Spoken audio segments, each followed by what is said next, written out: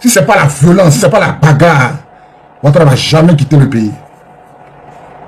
Si ce n'est pas la bagarre, Ouattara ne va jamais quitter, il ne va jamais quitter le fauteuil présidentiel.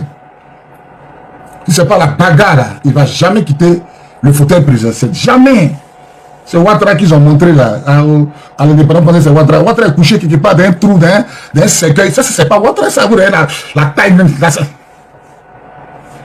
Kamar Soko Mohamed, tu veux dire quoi? Viens, tu as monté. C'est lui. Quand tu demandes Karamoko Mohamed, quand tu demandes, tu as monté. C'est pas pour créer un juge si tu as puis il devait descendre, si tu sais. Il n'a même pas monté. Mais quand tu demandes, tu as monté. Donc voilà, si c'est pas le bon là. C'est pas que Gbagba n'empêche jamais les Ouattara au pouvoir. Vous ne vous fatiguez pas. Tous les Blé-Goudé, les Simon, ils ont eu les jetons. Et ils s'en foutent de la population. Ils sont en train de casser vos maisons. Ils sont en train de braquer le pays. Si c'est pas Gbagba, Ouattara ne va jamais quitter au pouvoir. On dit venons se mettre ensemble. Vous ne voulez pas. Venons se mettre ensemble. D'autres ont peur. Quand d'autres sortent, se fuient. Voilà. Venons, vous ne voulez pas. Ouattara va nous mater. Nous tous. Gbagba a dit non. Quand on fait de mater les Bédés, on va attaquer les Baoulés. Ils ont maté Bédier. Bédier était sur le maté. Ils l'ont déjà. Ils ont pris Gbagba. Ils l'ont maté encore. Ils l'ont mis à la CPI. Ils ont fermé, la bandit n'est pas candidat. RL dit ils font pas, ils ont brigandé le pouvoir. Et puis c'est des bandits. Et puis quand on parle, il faut respecter la constitution. Lynn, comment tu vas m'enlever? Il y a des jours, hein? Tu ne vois plus là. Vous avez compris? C'est des bandits. C'est des bandits de grands chemins. C'est des bandits. Voilà, c'est des bandits de grands chemins. Fier des Ivoiriens. Oui, bonjour. Oui, mais souvent, bon, moi je t'écoute. Mais c'est quand même fort, hein. Tu accuses des gens sans preuve. Pourtant, tu te dis que tu es un homme qui a fait l'armée. J'ai accusé qui sans preuve? Et même là, j'en peux dire. Je vais te lire le communiqué. Tu m'as posé une question. Je vais te lire le communiqué de la présidence, du procureur. Si ça, cette affaire-là. Tu veux que je te lise ça? Et même, il dit, j'ai déjà lu. Ah, donc, quand tu sais, c'est vous qui faites là. Que cela, c'est comment? Tu m'as posé une question. Attends, je vais répondre. Vas-y. Vas-y. Oui. Donc, dans ton narratif là, tu disais que y a Lino Faso qui a été pendu, tout ça. Avant d'arriver à Lino Faso, allons dans Capitaine Armand. Capitaine Armand. Attends. Non. C'est moi qui ai parlé. Attends. Il n'y a pas parlé. Je parlais de deux personnes. Hein. Je parle du Capitaine Armand et puis d'Alino Faso. Allons sur le Capitaine Armand d'abord. Moi, c'est Alino Faso, moi je connais. C'est lui qui était plus populaire. D'accord. Moi, je vais te poser une question tout simple. Vas-y. Le corps, les Burkinabés ont demandé son corps pour faire des autopsies. On est d'accord? Quand il est décédé dans les prisons de Côte d'Ivoire. Les Burkinabés ont pris son corps. Ils sont allés au Burkina, ils ont fait l'autopsie. Jusqu'à aujourd'hui, là, les Burkinabés ne nous ont pas donné le résultat de l'autopsie. Hein. Ils sont allés l'enterrer. Pour un pays qui a automatiquement accusé la Côte d'Ivoire d'avoir déjà Alino Faso, normalement, il devait nous montrer les preuves après l'autopsie. Hein? Donc, à un moment donné, là, il faut arrêter. C'est toujours des accusations sans preuve. Et depuis des années, vous faites ça. Mais il n'y a rien qui évolue, vous continuez encore dans vos bêtises, là. À un moment donné, il faut arrêter. Excuse-moi, frère. Excuse-moi. Hein. Si tu veux que ça part en couille, ça partit en couille. Mais quand tu es monté, tu n'es pas injurié. Donc, tu ne parles pas de bêtises. Quand tu es monté, là, mais... Attends. Qu'est-ce que tu appelles bêtises? Vous partez prendre... Attends, tu as parlé de t'écouter. Vous partez prendre... D'abord, je te dis... C'est parce que tu n'es jamais allé à Agban et à l'école de gendarmerie que tu peux croire qu'Alino Faso s'est pendu. Moi, je te concède ça. Après, tu n'es jamais entré là-bas. Là, tu te fais une confidence. Dans aucune prison militaire, on peut se pendre. C'est la dalle. Il n'y a pas boire. Là, en haut, là, c'est dalle. Tu te pendes comment? Mais est-ce que tu as compris ce qu'ils ont dit? Il ne s'est pas pendu. On dit c'est déchirer les veines. Ah bon? Oui. Mais il faut écouter. Il s'est déchiré les veines avec quoi? Mais il y avait quelque chose... Dans le communiqué, moi j'ai pu le communiquer là. Mais ce que j'ai retenu, il s'est déchiré les veines. Il avait une lame. D'abord, quand tu fais entrer un prisonnier, tu le fouilles. Donc tu es en train de me dire qu'Alino Faso qui ne savait pas qu'il allait être arrêté. Il avait un couteau sur lui. Il avait un couteau sur lui. Non, c'est avec un couteau seulement, on se déchire les veines. On peut se déchirer les veines avec une fourchette, par exemple. Hein? Donc à un moment donné, À un moment donné, sincèrement, vous êtes toujours dans vos mêmes rhétoriques là. Depuis des années, vous accusez le président Ouattara d'être le père de la rébellion, d'être un criminel. Mais vous n'avez jamais monté les preuves. Vous cultivez la haine pour ce monsieur-là. Et puis c'est toujours nos frères de l'Ouest là. À un moment donné, sincèrement, il faut arrêter. Moi, je ne comprends pas. Votre haine là, ça sort d'où ça? Hein? Le pays se développe. Nous tous, on est Ivoiriens. Soyez quand même fiers de notre pays. Mais vous voulez forcément, vous voulez le pouvoir. Le pouvoir, on vous a donné, vous n'avez rien fait de point ça. Vous avez mis tous vos frères dans l'armée. C'est tout ce qu'on a vécu en Côte d'Ivoire. On a tous vécu en Côte d'Ivoire. On sait qui mangeait dans le pouvoir de Gbagbo. C'était son clan, ses amis, c'est eux. Les jeunes là, il y a quoi, les jeunes ont profité en quoi de sa politique là? Excuse-moi, je veux. Excuse-moi, quand tu as fini de parler, je t'ai écouté, je n'ai pas te faire descendre. Le capitaine Armand là, il a eu quoi, dis-moi? Moi, je ne connais pas sa vie. Moi, je ne le connais même pas. Je fais quoi avec lui? Bon, maintenant, je te dis, tu fais une recherche.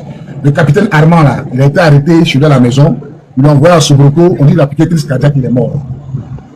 Finalement, il te dit... Donc, chez vous, là? Attends, oui. J'ai dit. Oui, je t'écoute. Quand tu parlais, t'écouter. On dit qu'il a piqué crise cardiaque, il est mort. Le pasteur, là, lui, là, il était chez lui à la maison. Il était chez lui à la maison. Il était en bonne et due forme. Quand le gars cassait sa porte, il a même fait une vidéo. Il dit les bandits sont en train de casser ma porte. Il n'avait pas de crise cardiaque. Il n'est pas cardiaque. Il était bien portant. On prend quelqu'un chez lui à la maison, il fait 2 jours. La toile commence à s'emballer. La toile commence à remuer. Le procureur de la République prend un communiqué pour dire il a problème de poumon. Il a subi des opérations. Mon frère, comment toi tu expliques ça? Ok, je peux te répondre. Vas-y, t'écoute. Tu n'es pas son docteur. Tu connais rien de sa santé. Tu connais rien de son bilan. C'est ça le problème avec vous. Vous prenez des informations erronées et puis vous faites des conclusions. Vous n'avez aucune information et c'est vraiment malheureux.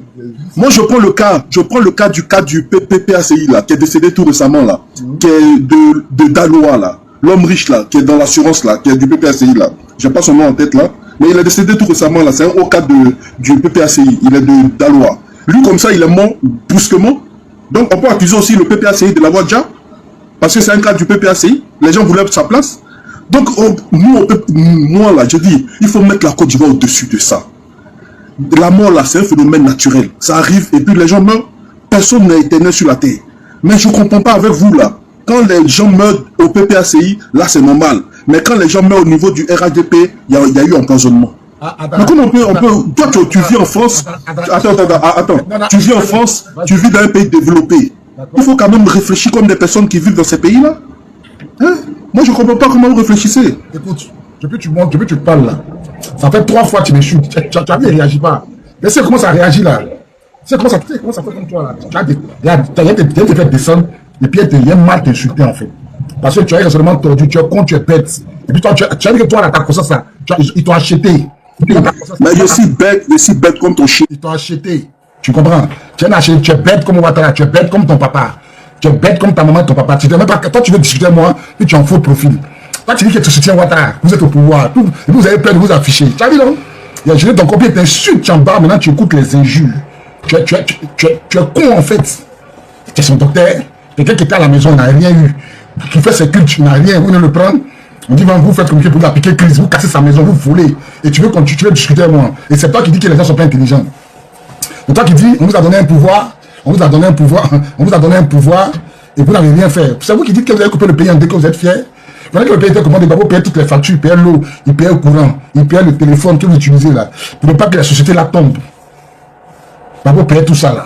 Maintenant, c'est vous-même encore là. Vous vous dites non, que Gbagbo n'a pas fait, il n'a rien fait. Il n'a rien fait, vous n'avez rien fait. Tu parles qu'ils ont fait autopsie. On a demandé autopsie d'Ahmed Bakayoko qui a fait. Autopsie d'Ahmed Bakayoko là, qui a fait. On a demandé autopsie de Ouattara. Pourquoi on ne l'a pas fait? Pour enlever les doutes là, dans le cœur des Ivoiriens, pourquoi on ne l'a pas fait? Tous ceux qui veulent monter ici, mettez vos photos maintenant. Tu ne mets pas ta photo, tu ne montes plus. Voilà. C'est parce que vous êtes au pouvoir, vous ne devez pas avoir peur. Si tu es là, tu es au pouvoir, tu ne devez pas avoir peur. Tu es bête, puis tu es con. Ils sont déjà les gens en Ayo là. Ils ont fait enquête. Moi, en Ayo là, les gens sont morts seuls. En Ayo là, les gens sont morts seuls. Est-ce qu'en Ayo là, les gens sont morts seuls? Il y a eu quelle enquête? En Ayo, les gens sont morts seuls. Quels sont rattrapés, pédés? Il y a eu combien de morts? Près de 300 morts. Vous avez fait enquête? Kofi Toussaint a coupé sa tête. La main, Kofi Toussaint est mort seul. Kofi Toussaint est mort seul. Bandit de grand chemin comme ça là. Là, tu as discuté, puis tu viens et tous viennent en faux profil. Ah, mais moi, Gbagbo est au pouvoir. Bon, Babou, pour vous appuyer un faux profil. Babou, pour appuyer un faux profil. Bonsoir, Gloire, comment tu vas? Bonsoir, mon commando, roi guerrier. Demeurez béni. Amen. Toutes les félicitations, je sais, c'est un travail, c'est quelque chose qui est de noble que vous faites, qui n'est pas facile. Et ça fait au moins deux ans que je vous suis et je reste à l'ombre. Donc vraiment, tout ce que je peux vous dire, c'est courage. Faites ce que vous pouvez. Je sais, c'est pas facile, mais en tant que guerrier, vous avez vraiment des poids lourds à porter. Ce que vous pouvez partager comme conseil pour aider, faites. Mais je ne vous apprends rien dans votre domaine. Gardez-vous vraiment en vie parce que nous, on a besoin des gens comme vous. Pour vous entendre, voilà, on a besoin. La population, vous savez, les gens qui montent, qui parlent n'importe comment, par moment, ne vous ouvrez pas à eux. Considérez que l'armée, tous ceux qui sont des militaires, des guerriers, des commandos, vous avez votre monde à part. Et le civil a son monde à part. Donc, il y a des choses que vous essayez de les amener à la compréhension, mais tout le monde ne peut pas vous comprendre. Ceux qui vous écoutent, tant mieux. Ceux qui ne vous écoutent pas, ne perdez pas votre temps, votre énergie avec. Voyez, c'est ce que je voulais. Vraiment, moi, je vous apporte mon soutien et je vous dis vraiment force à vous. Parce que moi, j'ai eu des militaires dans ma famille. J'ai rencontré un homme qui m'a appris vraiment, qui m'a donné l'amour de l'armée, l'amour de surtout un bon soldat. Et malheureusement, il n'est pas resté longtemps en vie. Mais lui, c'était mon coach, c'était mon idole, c'était mon héros, c'était tout.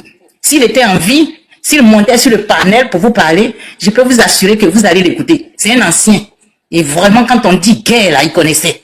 Quand on dit sujet, il connaissait. Mais malheureusement, aujourd'hui, il n'est plus là. Mais je veux dire que c'est grâce à lui, quand je vous écoute depuis là, et ça me touche. Et j'apprécie. Il m'a donné l'amour vraiment des militaires. Donc, je reste dans l'ombre, j'ai pris pour vous. J'ai dit que Dieu vous fortifie. Donc, c'est ma petite contribution. Merci, maman. Donc, portez-vous bien. Portez-vous bien. Ceux qui sentent écrit en bas du live que Dengue me cherche là. Moi, depuis le matin, ici en live, Dengue n'a qu'à venir. Dengue n'a amené Dengue. Vous-même, il pas fui devant vous. Parce que Dengue là, je ne le connaissais pas. Il n'y avait pas de renseignements sur lui. Appelez Dengue, il va venir. Dengue va fuir pour partir. Lui seul. Vous allez voir Dengue en train de fuir. Vous allez voir Dengue en train de courir. Il va pas placer un mot, puis il va fuir. Faites votre demande, ceux qui veulent monter, one by one. Faites votre demande. Prenez un. Voilà, on fait un à un maintenant. Voilà, on fait demande. Là, prendre de connexion. Allô, comment tu vas? Allô, bonjour frère. Ouais, félicitations pour le boulot. Hein. Que Dieu te bénisse. Reste focus, il ne faut pas te disperser. Les moutons, ils pensent que tout le monde est mouton. On dit Babou revient, Babou avait pris le pouvoir là. Il réussissait à payer les impôts. Babou a fait du visée sécurisé. Les parents au nord là-bas, là, ils venaient prendre leur salaire à Bidem pour repartir. Eux, ils sont au pouvoir depuis 15 ans. Le pays est endetté, les gens n'arrivent même pas à manger, les gens n'arrivent même pas à se soigner. C'est une seule partie du pays qui est en train de vivre et de suivre. Les étrangers aujourd'hui se moquent des vrais fils du pays. Celui qui vient de monter pour raconter les panivelles, tu vas fouiller là, c'est un Malien, c'est un Guinéen, c'est des ennemis. Et c'est eux là qui sont en train de narguer les vrais fils du pays. La seule question que moi je vais leur poser là, Kofi Kwaku était-il chef rebelle, oui ou non? Parce que c'est ce que le pasteur a dit, il a fait mal. Kofi Kwaku était-il chef rebelle, oui ou non? Il était chef rebelle. Alors, et puis ils sont en train de dire, je vous affirme que j'ai compris, le pasteur est décédé. S'il dit ces choses-là, qu'il fasse au journal de 20h, on nous montre le pasteur couché sur son lit d'hôpital. On nous montre le pasteur couché sur son lit d'hôpital, tout le monde va voir de ses yeux. On vous entend pas bien. Est-ce qu'on vous entend pas bien? Est-ce que vous pouvez parler? Je vous félicite, je vous dis merci pour tout ce que vous faites. C'est bon maintenant? Oui, ça va, c'est bon maintenant. Voilà, je vous félicite pour tout ce que vous faites. La seule chose que je veux que quelqu'un comprenne, ils ont dit Babou est mis, les partisans de Babou sont des dictateurs, c'est eux qui sèment le chaos, c'est eux qui sèment. Il était au pouvoir, il payait presque la moitié du pays. Il payait tout le monde pendant la crise. Nous tous on a vu. Et même les parents rebelles se cachaient pour venir à Abidjan pour venir prendre leur salaire pour retourner. Aujourd'hui, ils ont pris le pouvoir, ça fait 15 ans aujourd'hui, là. Qui nous disent dans quel état ils ont laissé le pays. Ils pensent que c'est les ponts, c'est les routes là qu'on appelle que le développement. Le développement, c'est dans le cœur. Il faut que les gens puissent être à l'aise, puissent manger, puissent se soigner. Aujourd'hui, combien d'Ivoiriens sont à l'extérieur qui attendent que ce pouvoir-là se maille pour pouvoir rentrer au pays? Combien d'Ivoiriens? La seule question que moi je vais poser encore là, est-ce que D'accord. Motion. Je suis monté, commandant, bonsoir. Ouais. Je suis monté, bon, peut-être qu'il est déjà parti. J'avais demandé à monter pendant que le monsieur là parlait. Lui qui a parlé de Kipre Digbo, il a dit lui que Kipre Digbo a été malade. Il est venu même en France, mais il est venu pour se soigner pour autre chose. C'est quelqu'un qui était très pointueux sur sa santé. Mais les gens n'ont pas découvert le cancer qui le rongeait. Ok, donc Kipre Digbo, il a été malade. Voilà, il n'a pas été empoisonné, il a été malade. Il est venu même se faire soigner ici pour autre chose. Et c'est après qu'ils ont découvert. Et quand ils ont découvert ça, ça a été rapide. Voyez-vous? Voilà, c'est comme ça qu'il est décédé. Donc, faut pas, ils vont mélanger les trucs pour dire, ouais, quand quelqu'un meurt au PPACI, c'est normal et tout. Bon, qui sait si c'est normal ou pas? Voilà, parce que quand tu vois maintenant, il y a cancer foudroyant maintenant. Moi, je suis dans le domaine, mais les gens ici, moi, actuellement, je suis en hospitalisation du jour. C'est là-bas que je bosse. Je suis avec des gens qui sont malades depuis 4-5 ans, qui ont le cancer, ils sont encore là. Ils font leur chimio. Voilà, pour nous, là, on meurt vite. Vous avez compris, non? Voilà. À l'hôpital. Dans 5 ans, voilà, ils ont cancer, ils sont en oncologie. Voilà. Donc, ils ne meurent pas comme ça. Il y en a même là, ils sont en rémission. Donc, il n'a qu'à laisser Kipre Digbo pour reposer en paix. Voilà, on a trop mal. Parce que Kipre Digbo, c'était pas n'importe qui. Voilà. Voilà. Où on est là, on est comme maintenant des orphelins chez nous là-bas. Donc, ils n'ont qu'à le laisser reposer en paix, ils n'ont qu'à laisser sa mémoire. Il a été malade. Voilà, si l'argent pouvait ressusciter quelqu'un, il n'allait pas mourir parce qu'il a mis tout. Il n'allait pas dire, il a fait tout. Voilà, mais ça a été foudroyant. Donc, faut pas, ils vont dire que, voilà quoi, ils n'ont qu'à parler de leur truc, mais ils n'ont qu'à le laisser tranquille. C'est ce que je tenais à dire. Ils sont toujours dans le mensonge. Ils sont toujours dans le mensonge et puis dans la démagogie. Vous allez attraper le pasteur. Vous faites un communiqué qu'il avait mot de cœur, son artère était bouchée, on a dû l'opérer. Tout ça, c'est pour annoncer que le gars est mort. Hein. Ils vont finir par annoncer que le gars est mort. Ils vont finir par annoncer que le gars est mort. Bon, ils sont en train de préparer leur conférence. Il y a d'autres qui disent que le gars est mort. Mais qui disent que le pasteur a subi 2 opérations. Très bien. Le pasteur veut venir dans le film. Je vais terminer. Victor va terminer. Ok, donc ce que je voulais dire, qu'ils nous disent, le préfet Kouakou était-il chef rebelle, oui ou non? Parce que c'est ce que le pasteur a dit, et ils sont allés le chercher chez moi à la maison. Et je vous confirme que le pasteur est décédé. S'ils disent que c'est faux là, qu'ils fassent une émission ou un journal pour montrer le pasteur sur son lit d'hôpital où il a fini l'opération. Ils sont en train de préparer déjà les esprits. Le pasteur que chez lui, il n'avait pas de problème de veine, il n'avait pas de problème d'artère. Comment subitement ils sont allés le prendre et puis l'ont donné la problème d'artère? Il a été fracturé à presque tout le monde. Et voici un pays que certains sont en train de défendre que le pays va bien. Un pays va bien comme ça. Quelqu'un qui dit qu'il a travaillé au FMI, voici c'est la gestion de son pouvoir. Personne ne peut parler, il a assis comme un roi, personne ne peut parler, personne ne peut dire non. Combien d'Ivoiriens sont à l'extérieur aussi qui ne peuvent pas rentrer chez eux parce qu'il est encore assis au pouvoir? Pourquoi? Personne ne peut pas parler. C'est les étrangers qui narguent les vrais fils du pays. Parce qu'on l'a donné une carte d'identité depuis 2011. Ils sont ici, ils narguent les vrais fils du pays. Merci pour votre combat et puis on continue de prier. Il y a un Dieu qui est au-dessus de tout, qui va faire régner la victoire sur la Côte d'Ivoire bientôt. Bonne émission. Je donne la parole à Prince Héritier, où ton numéro? Tu as la parole, Prince Héritier. Prince Héritier, où ton numéro? Prince Héritier.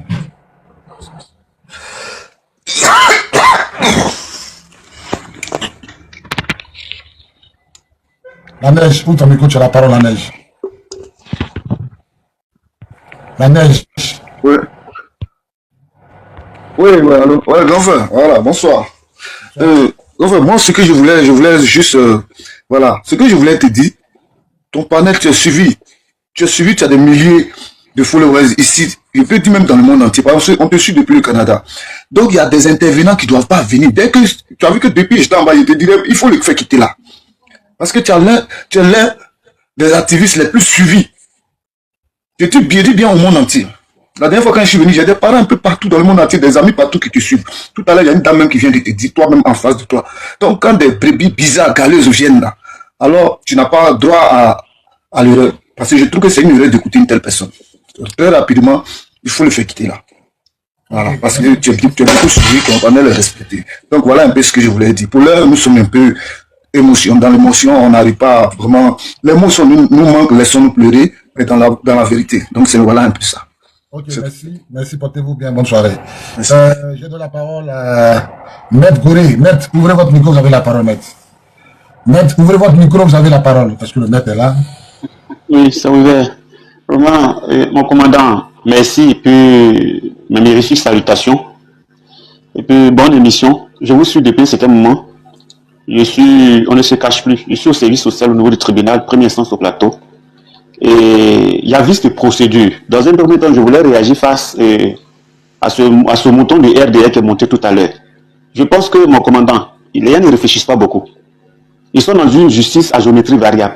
Quelqu'un est chez lui. Vous faites irruption chez lui parce qu'il a donné son assentiment sur une situation. Une personne décède. Cette personne qui est décédée là peut être valeureuse pour sa famille, pour ceux à qui il a fait du bien. Mais cette même personne-là peut être un sujet de méfait pour ceux à qui il a fait du mal. Donc chacun est libre d'apprécier si moi il m'a fait du mal. Je me réjouis de sa mort. Il n'y a aucune loi en Côte d'Ivoire ici qui dit que l'appréciation sur quelqu'un qui est décédé est une faute pénale. À la matière, il n'y a pas de faute pénale. Il n'a simplement donné son assentiment. Si la justice estime que la personne est en infraction, il y a la méthode. Dans la forme même, il y a vice de procédure, non, ce n'est pas le fond. Puis en matière pénale, on juge un problème sur le fond et sur la forme. La forme même, là, eux ils ont déjà biaisé la procédure. Maintenant, c'est dans le fond de la partie trouver une réalité. Vous prenez le monsieur, il était en état.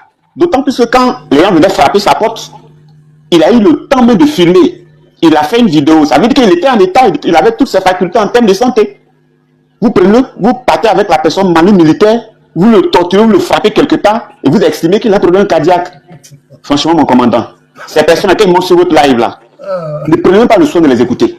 On travaille ensemble. Quand tu écoutes les raisonnements pour des gens qui sont dans des bureaux, pour des hauts gradés, en termes juridiques, quand tu les entends parler, tu as l'impression qu'ils n'ont jamais fait une première année de droit. Je sais de quoi je vous parle, mon commandant. Donc ces personnes ne prennent pas le soin de les écouter. On est tous offusqués par tout ce qui se passe au pays. Mais on va faire comment? On tente tant mieux de les recadrer. Mais quand tu les entends parler des gens qu'on a envoûtés, des gens qu'on a enchantés, des gens dont on a enlevé toutes les substances de réflexion. Donc moi, tout à l'heure, le temps d'interview, ça me mettait mal à l'aise. Mais comme il faut laisser la personne aller au bout de ses idées pour le recadrer, c'est pourquoi je vous ai envoyé un message pour dire vous avez très bien fait de le recadrer. Vraiment, merci bien. Et puis, quand ces personnes viennent, ne prenez pas, dès qu'ils abordent ce net là, déboulonnez-les. Enlevez-les, messieurs. Vous n'avez pas besoin de ces gens de brebis galeuses, on n'en a pas besoin. Quelqu'un meurt, vous le tuez, on parle de cela. Et puis vous plaisez pour dire non qu'il avait un mal. Est-ce que nous sommes ces médecins? Est-ce qu'on a besoin d'être médecin pour savoir si quelqu'un est en état ou bien n'est pas en état? Quelqu'un qui prend le soin de filmer pour dire qu'ils sont en train de m'agresser. Est-ce qu'il a pas été malade? Non, vraiment, mon commandant, ne pas trop monopoliser la parole. Je suis juste monté là pour vous encourager. Merci. Je vais vous écrire après par l'inbox pour vous donner mon numéro. Voilà. Vraiment, merci, mon commandant. Voilà. Voilà, vous voyez l'image qui est derrière nous là, non? Le jour le peuple va sortir comme ça là. Ils vont fuir. Vous avez vu cette image là, non? Vous avez vu cette image là? Donc ça c'est un peu beau. Le jour le peuple sort, nous avons travaillé à fuir. On travaille à fuir, c'est quoi? On vous empêche, on vous séquestre. Et puis nous on travaille à ça. Forcer, ça va se passer. Je reconnais cette voix. Forcer, ça va se passer. Qui reconnaît ma voix ici là? Forcer, ça va se passer. On monte, on descend, ça va se passer. Tant que Dieu nous donne la force. Et puis nous on bénit Dieu. Nous on bénit Dieu, on bénit Dieu que votre la faute déjà les Ivoiriens. Nous on bénit Dieu même. Il faut nous déjà. Forcer, les autres vont se rébeller. On part te laisser déjà tout le monde. Hein. Tu fais un peu. Si le pasteur a déjà là, on va aller voir clair dedans. Dans 2 jours, on va annoncer que le pasteur est bon. Regardez, hein. Ils disent que le pasteur a été opéré 2 fois. Regardez, hein, c'est eux qui parlent. Hein. Communiqué de la présidence du procureur. Il dit que le pasteur était malade. Voilà le communiqué ici. Je vais mettre ça, il y a ça même sur la page, je vais mettre le communiqué. C'est eux qui parlent. C'est eux ceux qui tapent, tam-tam et puis ils disent. Voilà le procureur. On dit dans la nuit d'une douleur à la poitrine, aussitôt ainsi. Voilà ça. Voilà. C'est eux qui parlent. Que le procureur avait des douleurs dans la poitrine. Il a donné un coup de poing. Un cacato. Maintenant il a déjà, vous montez. Maintenant il a déjà, puis vous montez. Vous montez c'est pourquoi? Vous montez là c'est pourquoi? Assumez. Ne pas dire quelqu'un chez lui, il était en bonne étude, il était en bonne santé. Il a même fait une vidéo. 2 jours après, là, ça, la flamme, ça, vous l'avez mené à Cocody. Les gens l'ont vu, là. Vous dites que non, il s'est plaigné d'une douleur. Donc, lui, il était chez lui, il n'avait pas de douleur. Lui, il était chez lui à la maison. Il était bien portant, il se sentait merveilleusement bien. Du coup, soudainement, boum, mot de cœur. La mot de cœur, ces 20 sont bouchés. Ils ont donné un coup. Le capitaine Armand, ils sont allés attraper le capitaine Armand. Vous savez, vous connaissez le capitaine Armand là, c'est lui qui avait attrapé le menton de Madame Simone Bagou là. C'est lui qui avait attrapé ça au golf là. Ils l'ont frappé quand il est mort, capitaine Armand. Ils ont frappé le capitaine Armand à Sobroko quand il est mort. Le capitaine, il répète, c'est pas nouveau là, ce qu'ils sont en train de faire là. C'est pas nouveau, il y a longtemps ils sont dedans. Il y a longtemps ceux-là ils sont dedans. Donc c'est pas nouveau. Le jour que le peuple va se lever là, on sera libre. Julie, comme ça, ouvre ton micro, tu as la parole. Maman Julie, ouvrez votre micro, vous avez la parole. Maman Julie, ouvrez votre micro, vous avez la parole. Est-ce que Julie est là? Est-ce que Julie est là? Julie n'est pas là. Donc premier, ouvre ton micro, tu as la parole, donc premier. Oui, voilà, je voulais expliquer. En fait, c'est là le travail. Hein. Je vais t'expliquer un truc qui s'est passé à Cocody il y a 7 ans de cela, quand ils sont venus au pouvoir. Zoom, mais tu as fait mettre. Non, c'est lui qu'on écoute d'abord, on écoute. C'est lui qu'il fallait. Il y a 7 ans qu'ils sont dans cette affaire. Moi, il y a 7 ans que j'ai vécu une scène comme ça à Cocody. Si tu te rappelles bien, toi tu es un gars de Cocody, si tu te rappelles très bien, tu connais le fils du ministre Vané Bitra qui s'appelait Coco, qui se joue le fou à Cocody là-bas. Enfin, Coco. Son petit frère s'appelait Viepo. Donc, dans le quartier, ils étaient là, comme son petit frère, lui, s'était donné un peu à la drogue d'une manière. Il marchait à n'importe qui. Donc, un jour, il a envoyé le petit aller dormir chez lui à la maison. Un jeune qui connaissait de nulle part. Tu sais, ce genre de personnes qui sont dans les histoires de machins là, ils ont pour camarades de n'importe qui. Donc, qu'est-ce qu'ils font? Le jeune a dormi chez lui 1-2 fois. Il s'agit du petit frère de Coco Vanier, hein. L'autre c'est Viepo Vanier. Donc, il est venu le jeune homme chez lui à la maison. Ils ont commencé à dormir 1 jour, 2 jours. Donc, quand ils viennent dormir là, tu sais, les institutions là sont tous dans le quartier que je parle, tu vois un peu le quartier. Donc, il y a un colonel qui habitait juste derrière. Le petit, lui, il va, 3 h du matin, il s'en va, il escalade la clôture du colonel et il va, il cambriole là-bas, il vole l'ordinateur. Dans le cambriolage, il a pu voler l'ordinateur du colonel. Et il est venu avec.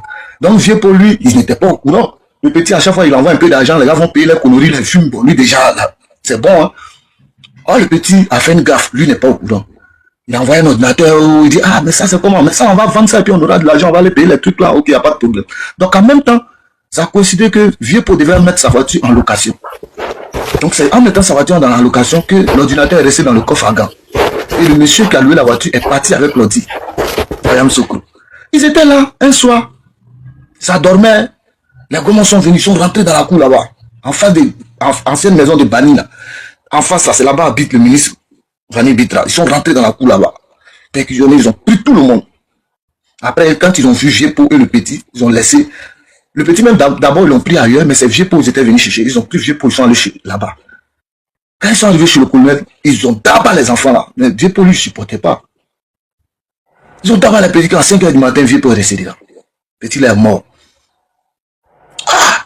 Nous, matin, on est assis au quartier, on vient, ah, Dieu, voilà, petit Adja. Et pourtant, nous, on sait qu'au quartier, il y a des grandes sœurs qui sont des juristes, magistrats, il y a des grandes sœurs, machin, ils sont venus, audition après audition. Il y a une qui a dit non, elle ne peut pas laisser ça. Non, parce que le petit lui-même en question a été obligé de dire la vérité. Puis lui n'a pas rendu.